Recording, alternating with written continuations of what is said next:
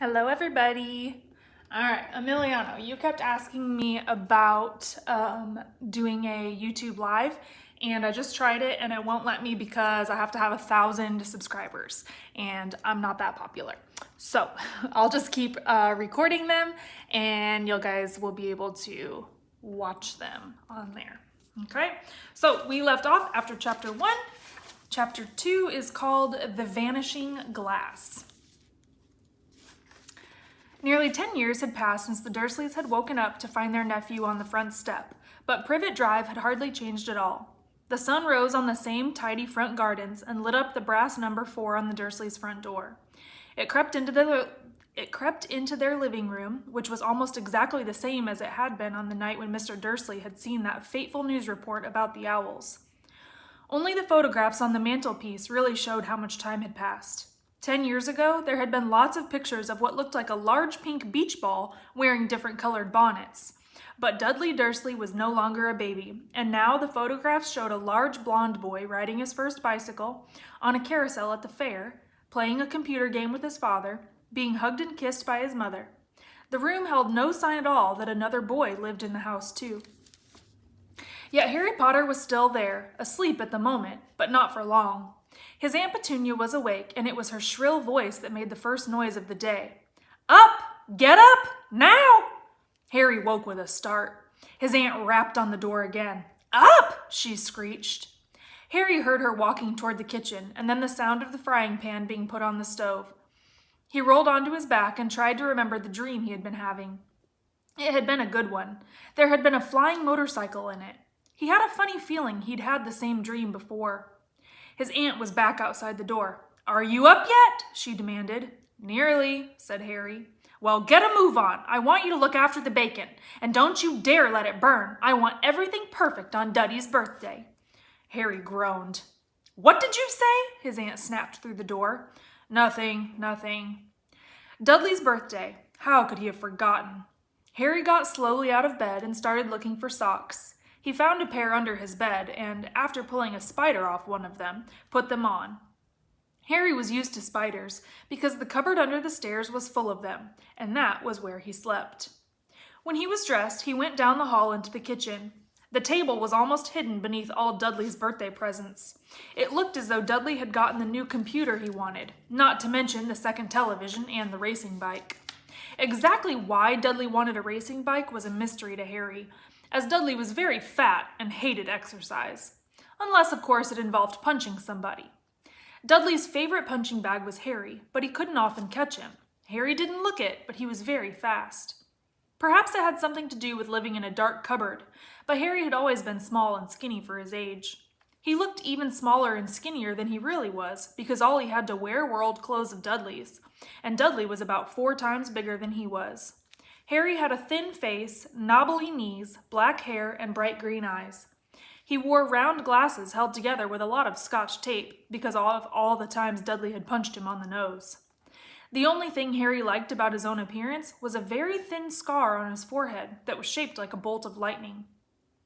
He had had it as long as he could remember, and the first question he could ever remember asking his Aunt Petunia was how he had gotten it. In the car crash when your parents died, she had said. And don't ask questions. Don't ask questions. That was the first rule for a quiet life with the Dursleys. Uncle Vernon entered the kitchen as Harry was turning over the bacon. Comb your hair, he barked by way of a morning greeting. About once a week, Uncle Vernon looked over the top of his newspaper and shouted that Harry needed a haircut. Harry must have had more haircuts than the rest of the boys in his class put together, but it made no difference. His hair simply grew that way, all over the place. Harry was frying eggs by the time Dudley arrived in the kitchen with his mother. Dudley looked a lot like Uncle Vernon. He had a large pink face, not much neck, small watery blue eyes, and thick blonde hair that lay smoothly on his thick fat head.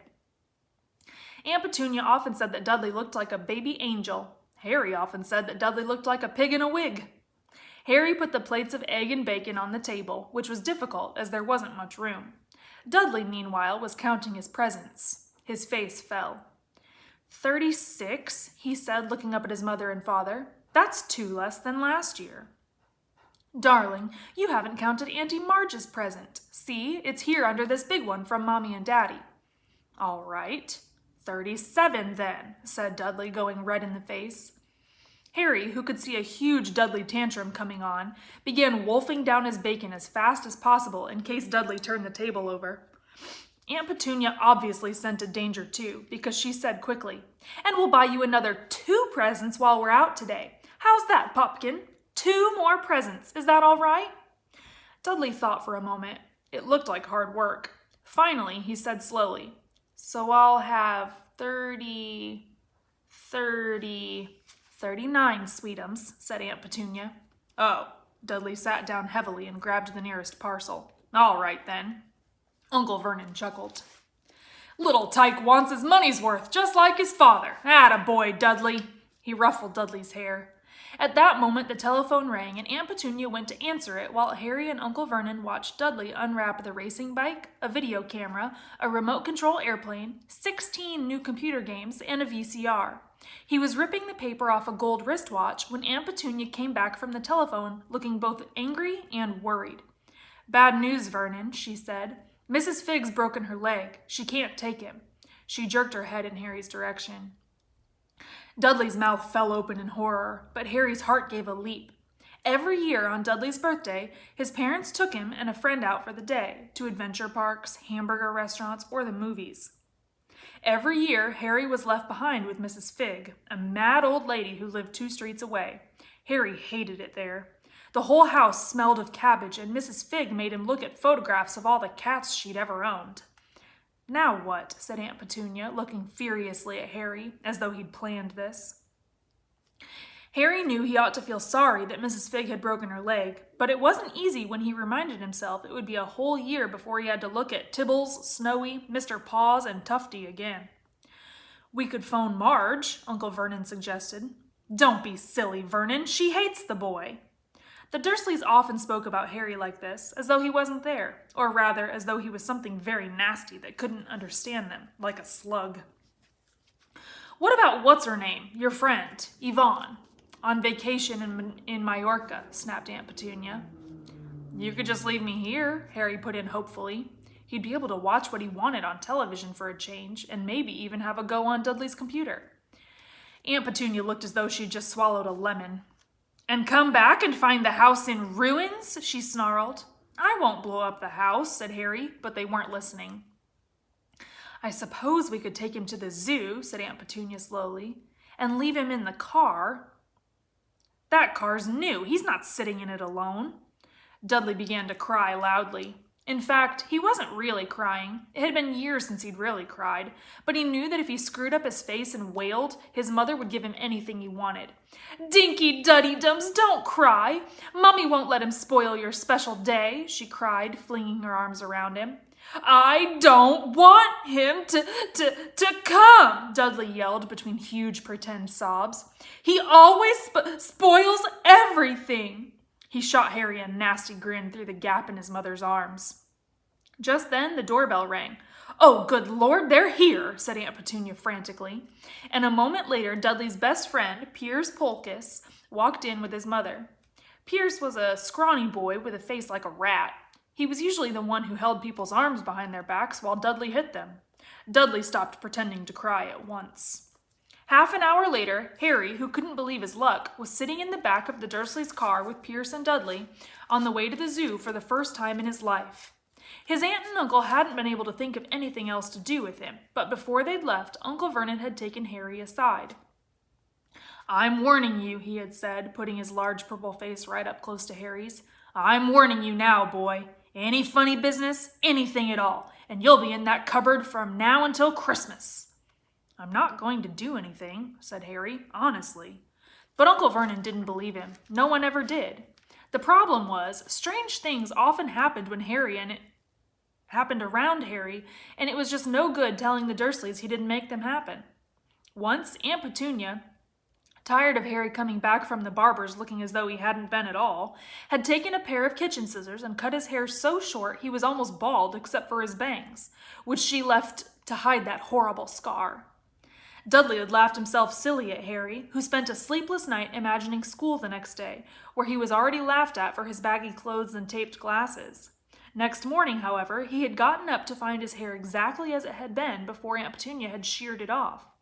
He had been given a week in his cupboard for this, even though he had tried to explain that he couldn't explain how it had grown back so quickly.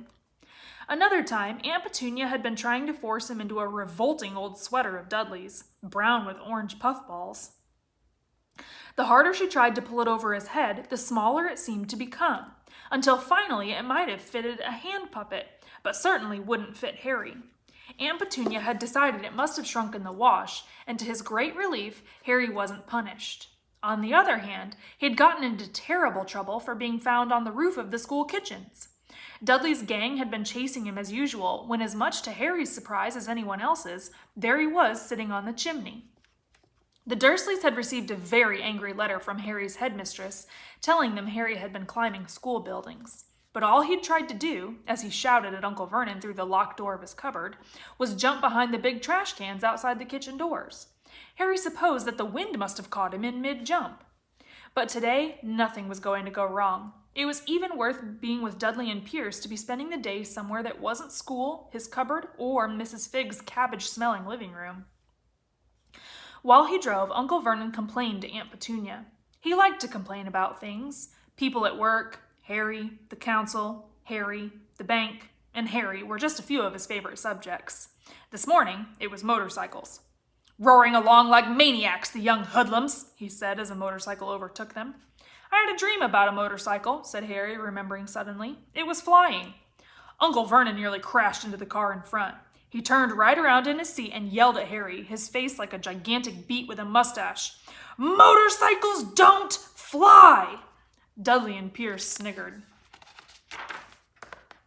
"I know they don't," said Harry. "It was only a dream." But he wished he hadn't said anything. If there was one thing the Dursleys hated even more than his asking questions, it was his talking about anything acting in a way it shouldn't, no matter if it was in a dream or even a cartoon. They seemed to think he might get dangerous ideas. It was a very sunny Saturday, and the zoo was crowded with families. The Dursleys bought Dudley and Pierce large chocolate ice creams at the entrance, and then, because the smiling lady in the van had asked Harry what he wanted before they could hurry him away, they bought him a cheap lemon ice pop. It wasn't bad either, Harry thought, licking it as they watched a gorilla scratching its head, who looked remarkably like Dudley, except that it wasn't blonde. Harry had the best morning he'd had in a long time. He was careful to walk a little way apart from the Dursleys, so that Dudley and Pierce, who were starting to get bored with the animals by lunchtime, wouldn't fall back on their favorite hobby of hitting him. They ate in the zoo restaurant, and when Dudley had a tantrum because his Knickerbocker Glory didn't have enough ice cream on top, Uncle Vernon bought him another one, and Harry was allowed to finish the first. Harry felt afterward that he should have known it was all too good to last. After lunch, they went to the reptile house. It was cool and dark in there, with lit windows all along the walls. Behind the glass, all sorts of lizards and snakes were crawling and slithering over bits of wood and stone. Dudley and Pierce wanted to see huge poisonous cobras and thick man-crushing pythons. Dudley quickly found the largest snake in the place. It could have wrapped its body twice around Uncle Vernon's car and crushed it into a trash can, but at the moment it didn't look in the mood. In fact, it was fast asleep. Dudley stood with his nose pressed against the glass, staring at the glistening brown coils. "Make it move," he whined at his father. Uncle Vernon tapped on the glass, but the snake didn't budge. "Do it again," Dudley ordered. Uncle Vernon rapped the glass smartly with his knuckles, but the snake just snoozed on. "This is boring," Dudley moaned. He shuffled away. Harry moved in front of the tank and looked intently at the snake. He wouldn't have been surprised if it had died of boredom itself. No company except stupid people drumming their fingers on the glass, trying to disturb it all day long. It was worse than having a cupboard as a bedroom, where the only visitor was Aunt Petunia hammering on the door to wake you up. At least he got to visit the rest of the house. The snake suddenly opened its beady eyes. Slowly, very slowly, it raised its head until its eyes were on a level with Harry's. It winked. Harry stared. Then he looked quickly around to see if anyone was watching. They weren't. He looked back at the snake and winked too. The snake jerked its head toward Uncle Vernon and Dudley, then raised its eyes to the ceiling. It gave Harry a look that said quite plainly, "I get that all the time." "I know," Harry murmured through the glass, though he wasn't sure the snake could hear him. It must be really annoying. The snake nodded vigorously. "Where do you come from, anyway?" Harry asked. The snake jabbed its tail at a little sign next to the glass. Harry peered at it. "Boa constrictor, Brazil." "Was it nice there?" The boa constrictor jabbed its tail at the sign again, and Harry read on. "This specimen was bred in the zoo." "Oh, I see. So you've never been to Brazil?" As the snake shook its head, a deafening shout behind Harry made both of them jump. "Dudley! Mr. Dursley! Come and look at this snake! You won't believe what it's doing!" Dudley came waddling toward them as fast as he could. "Out of the way, you!" he said, punching Harry in the ribs. Caught by surprise, Harry fell hard on the concrete floor. What came next happened so fast no one saw how it happened. 1 second, Piers and Dudley were leaning right up close to the glass. The next, they had leapt back with howls of horror. Harry sat up and gasped. The glass front of the boa constrictor's tank had vanished. The great snake was uncoiling itself rapidly, slithering out onto the floor. People throughout the reptile house screamed and started running for the exits. As the snake slid swiftly past him, Harry could have sworn a low hissing voice said, "Brazil, here I come. Thanks, amigo." The keeper of the reptile house was in shock. "But the glass," he kept saying. "Where did the glass go?" The zoo director himself made Aunt Petunia a cup of strong, sweet tea while he apologized over and over again. Piers and Dudley could only gibber. As far as Harry had seen, the snake hadn't done anything except snap playfully at their heels as it passed. But by the time they were all back in Uncle Vernon's car, Dudley was telling them how it had nearly bitten off his leg, while Piers was swearing it had tried to squeeze him to death. But worst of all, for Harry at least, was Piers calming down enough to say, "Harry was talking to it, weren't you, Harry?" Uncle Vernon waited until Piers was safely out of the house before starting on Harry. He was so angry he could hardly speak. He managed to say, "Go! Cupboard! Stay! No meals!" before he collapsed into a chair, and Aunt Petunia had to run and get him a large brandy. Harry lay in his dark cupboard much later, wishing he had a watch. He didn't know what time it was, and he couldn't be sure the Dursleys were asleep yet. Until they were, he couldn't risk sneaking to the kitchen for some food. He'd lived with the Dursleys almost 10 years, 10 miserable years, as long as he could remember. Ever since he'd been a baby and his parents had died in that car crash. He couldn't remember being in the car when his parents had died. Sometimes, when he strained his memory during long hours in his cupboard, he came up with a strange vision, a blinding flash of green light and a burning pain on his forehead. This, he supposed, was the crash, though he couldn't imagine where all the green light came from. He couldn't remember his parents at all. His aunt and uncle never spoke about them, and of course he was forbidden to ask questions. There were no photographs of them in the house. When he had been younger, Harry had dreamed and dreamed of some unknown relation coming to take him away, but it had never happened. The Dursleys were his only family. Yet sometimes he thought, or maybe hoped, that strangers in the street seemed to know him. Very strange strangers they were, too. A tiny man in a violet top hat had bowed to him once while out shopping with Aunt Petunia and Dudley. After asking Harry furiously if he knew the man, Aunt Petunia had rushed them out of the shop without buying anything. A wild-looking old woman dressed in all green had waved merrily at him once on a bus. A bald man in a very long purple coat had actually shaken his hand in the street the other day and then walked away without a word. The weirdest thing about all these people was the way they seemed to vanish the second Harry tried to get a closer look.